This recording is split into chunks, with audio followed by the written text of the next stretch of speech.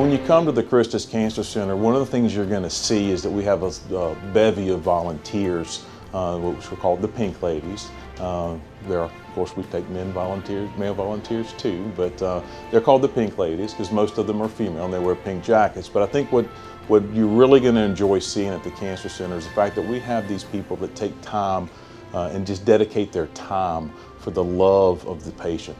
And they don't get paid to be there, they don't have to be there, they are volunteers, but they're there every single day. And they're the most caring, kind, and compassionate people you can be around. And them being there, just whether they're bringing you a warm blanket or a nice smile or something to eat while you're getting chemo all day, really makes it a special experience for the patients.